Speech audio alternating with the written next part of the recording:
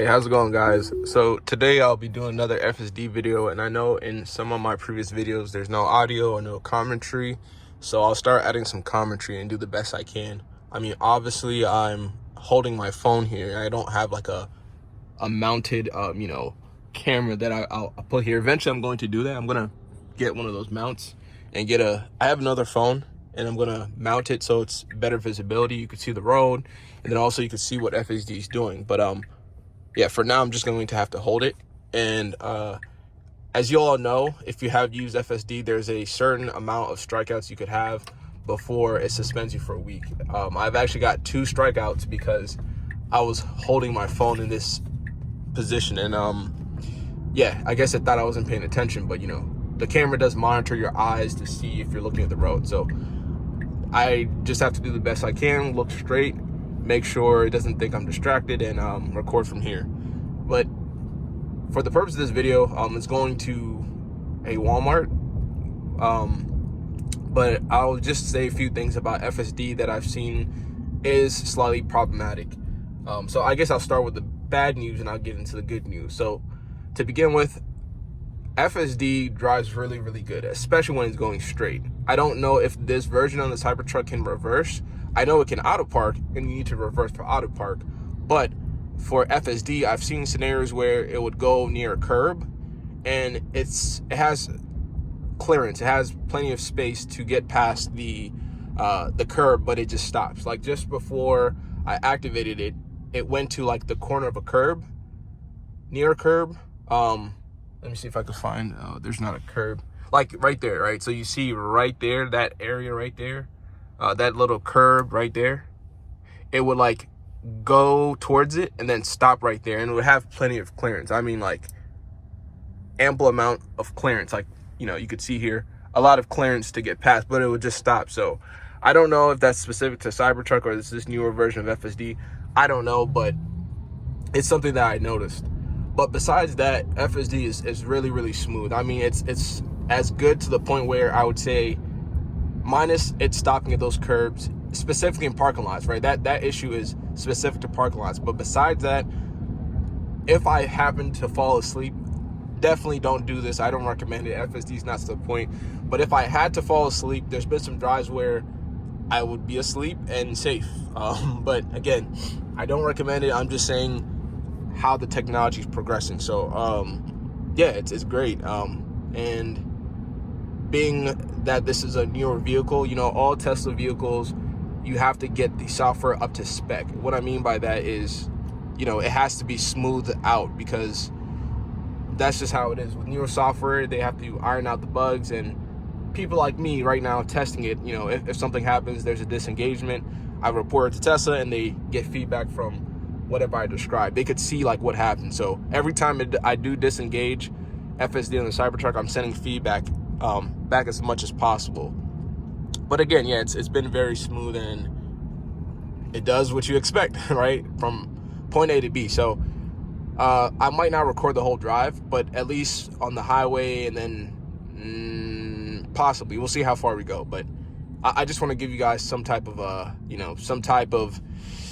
view of this newer version of the CyberTruck. But I'm going to do more in-depth videos where I'm like stress testing it in parking lots, testing auto park more, just the typical routine FSD testing. I don't have to go and explain in depth, but you all have seen the videos how some other people do it. So again, I'll try to get a camera mount so you have a better view. And then also, so right now I'm not disengaging, I just want to force it to the left lane.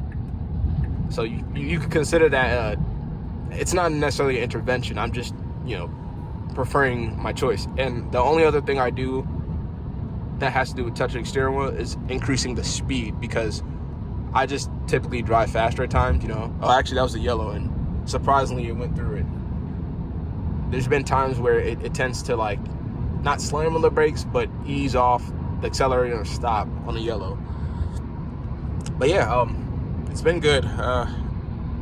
It's just I don't know if I have a Model 3, and I've just recently reactivated FSD. I tried the beta the trial a while back, like 6 months ago, and I don't drive that car much, so there was no reason to pay $100 a month for FSD, right? But I wanted to test out the Summon, and I activated on that car just to see. So I have still the old Smart Summon. My Model 3 is, I believe it's on FSD 12.3.6. So that doesn't have the actually Smart Summon, which everyone's been testing out on, the Hardware 3 Tesla. So yeah, it's it does what you expect, right? FSD does what you expect. Now again, it's not perfect, but I mean, with this whole vision where Elon Musk wants to have robo-taxis, we're getting really, really, really, really close. As I mentioned, it was able to navigate just fine in a Costco parking lot in one of my other videos. And now, with that being said, it wasn't as busy as I wanted it to be. I know what I'm going to do. Next time, I'm going to make a video on one of the busiest days. Again, I'm just preferring lanes, switching to the right. I'm going to pick the busiest possible day to go to Costco, and I want to see how it handles and yields to people. On my other video, it yielded to a group of like 5 or 6 people crossing, and even the workers at Costco on the carts, it yielded just fine, and went past them when it was appropriate. It has the thing I love about FSD, and not just FSD, the AI that is behind this robot driving process is really smart, and it knows how to yield or react to humans. Like, it knows when someone has an intention to cross, like when they're walking, and like their intention to actually cross versus their intention to stop. You know how some people, if they see you driving, they'll stop and let you pass, and then there's those people who don't care because they're pedestrians, they're just going to keep walking regardless. It's able to really detect that well, and I love that. It shows how human this system is becoming. So yeah, well, we'll see how this does. I mean, again, it's it's pretty straightforward, especially on these straight roads. FSD is essentially flawless. So you can see right here, I have my max speed set at 71 miles per hour. When I do that, it typically tries to get to that speed, but it doesn't necessarily need to. It kind of just drives what it feels like is necessary.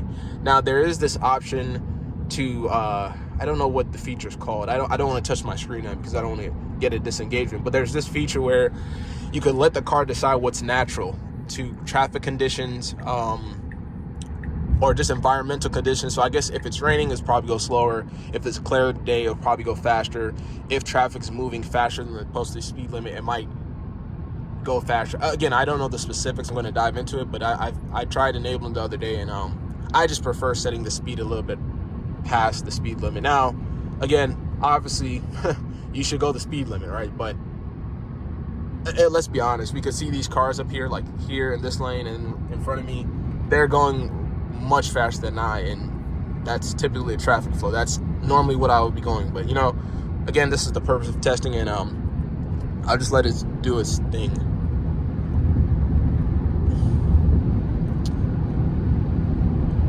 So I actually did wrap this CyberTruck myself.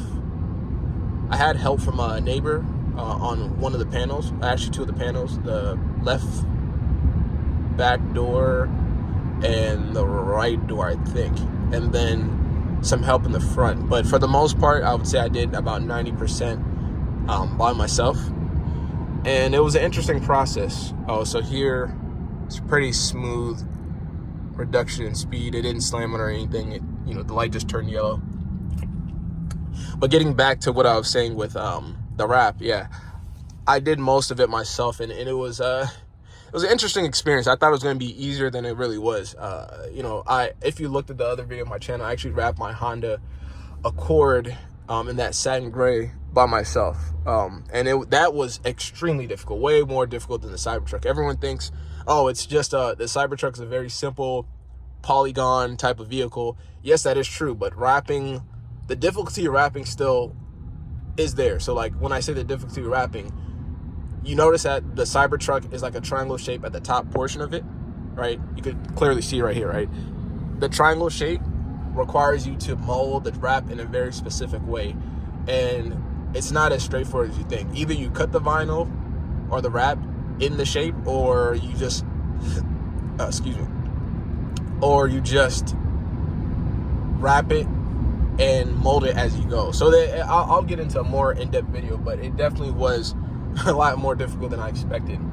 And I'm somewhat of a perfectionist. If I'm doing something like wrapping, I want it to look like perfect, but you know, you can't eat your cake and have it too. Like I'm not a professional rapper. I just done it one time on a vehicle, which looked great, but you know, like it is what it is. Let's see what it's doing. Yeah, I did, I think, a great job. I'll say like a B+. I mean, it's rough if you look hard enough.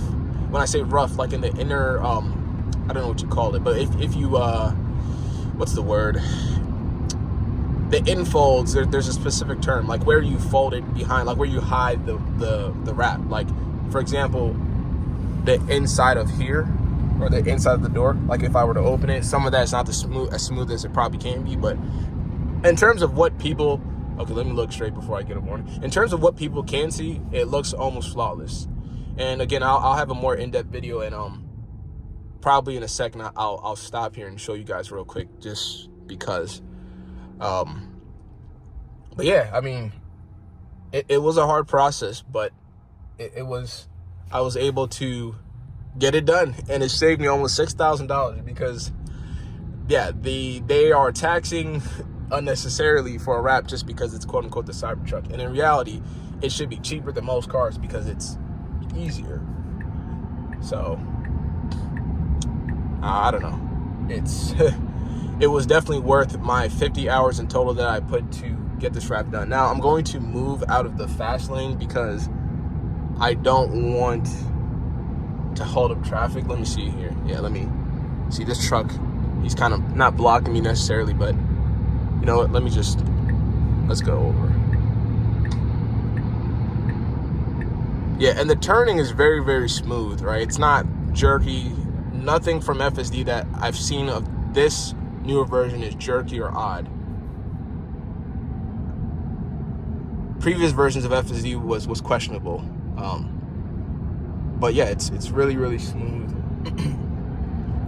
Like I said, it's perfect when it's on these straight roads. I would love to stress test it. I will. I'll probably take some time today to go ahead and fully stress test it because I want to capture some of the issues that I described when it goes to those curves. It's very weird. I don't know if it's because of a shadow. I don't know what it is, but it just stops at times.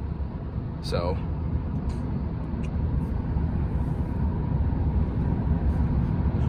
all right, you know, I think I'm going to stop the video here. I've been holding it in my hand and my hand's pretty tired. So again, I'll once I get the camera, I'll do more in-depth videos and get you guys some more content on this. But for now, thank you for watching. If you have any questions or comments, please let me know. Thank you all.